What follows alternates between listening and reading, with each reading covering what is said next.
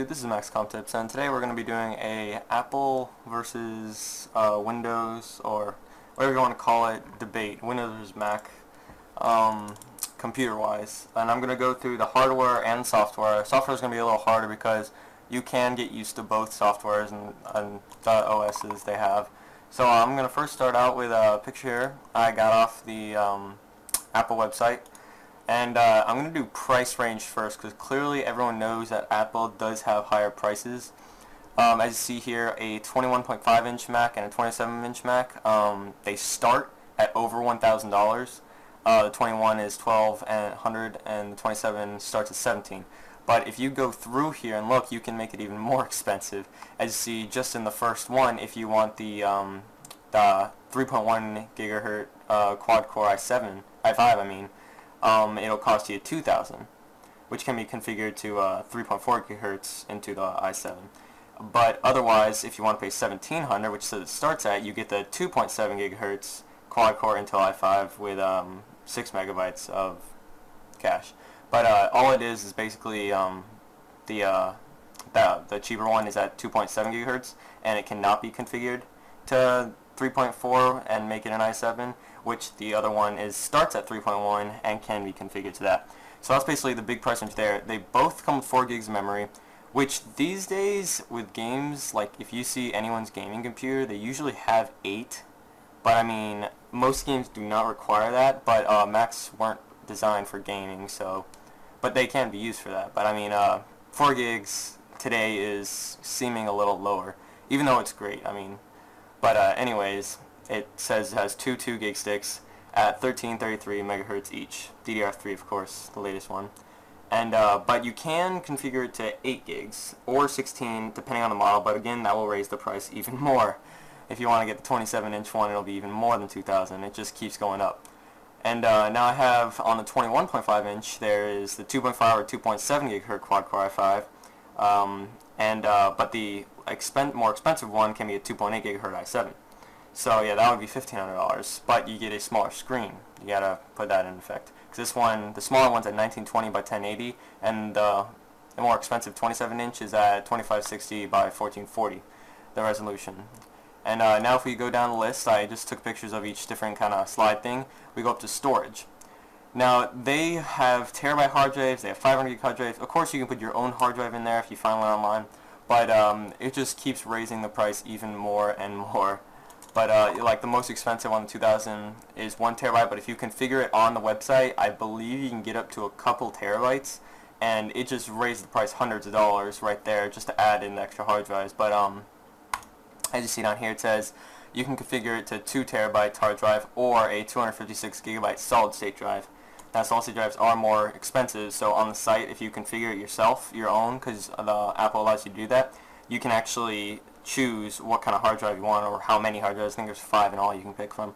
And the graphics card comes with an AMD Radeon HE 6750 or 6770 or 6970, depending on what model you get of the Mac right here that I pulled up. For the $2,000 one, you'd get the 6970M graphics processor. They all come with generally 512 megabytes, but this one comes with a gig of GDDR5. And you can configure it to a 2 gig GDDR5 6970, but you have to do that online again, and it costs even more, so it just keeps raising the bar. And now back here we have the ports, which is probably more of the larger flip between whether you want to get a Windows or Mac, because Mac you can't really, unless you get like a plug-in port where you can get a dock, you can't, like on PC, you can easily just, install another PCI card for more USB ports. And again, these are only USB 2.0. As you see here, the more expensive version and the regular version are pretty much identical. There's one more Thunderbolt port on the 27-inch, and that's about it. But they have 4 USB 2.0 ports, which of course you can extend with docks, but again, it's kind of like built in there. You can't really add anything more. It's solid, like built in there. One thing they do have is Thunderbolt, which PC don't generally have. I mean, there are motherboards out there with Thunderbolt now that are coming out, but that is one up for Mac. They do have the Thunderbolt port. I mean, we have FireWire, and we're getting into Mostly everything is USB 3.0 now. It's getting to that part, but that kind of makes up for their having only USB 2.0. They have Thunderbolt, and as you see, they have two Thunderbolt on the more expensive 27-inch and only one on the less expensive one. Of course, you can always get docks, I believe, and you can expand that somehow, but it's just easier, I think, on PC just to install a card and it's in there for you. But yeah, 4 USB ports, you can always expand that, so that's easy fix there. Excuse me. We got a FireWire port on these, which I was never into FireWire, but and I never met anyone that was, so that's not too important.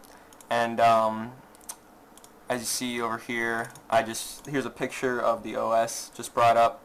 This one is the Intel Core 2 Duo. I know it's not the ones there. I know it's 2 gigs of memory. It's an older picture, but generally that is how Apple looks, just the way it's configured, with the bar on the top and Windows on the bottom. Now I'm going to start talking about Windows, since I kind of covered Mac there for a second. Windows is nice because their price range is a lot cheaper, and if you build it yourself, you can probably find a lot cheaper parts. I think it's a bit more expandable, and USB 3.0 is a lot easier to come by. But again, they do have Thunderbolt, but PC can have Thunderbolt and that as well. Now, the main thing that people usually, when they say, oh, I like Windows, ooh, I like Mac, is they're talking about the OS, which in my case, I don't see why they argue about that, because you can always install a Linux-based system, any kind of system that you want in any kind of computer.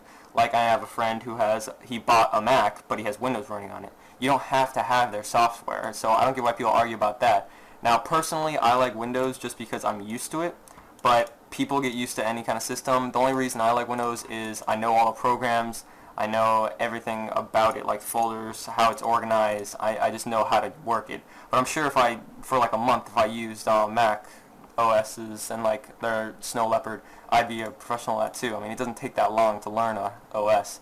But anyway, so I'm not going to talk much about that because that's basically personal opinion. They both work the same way. They both organize your folders. It's just a different way of viewing it. And next I'm going to be talking about the Windows features.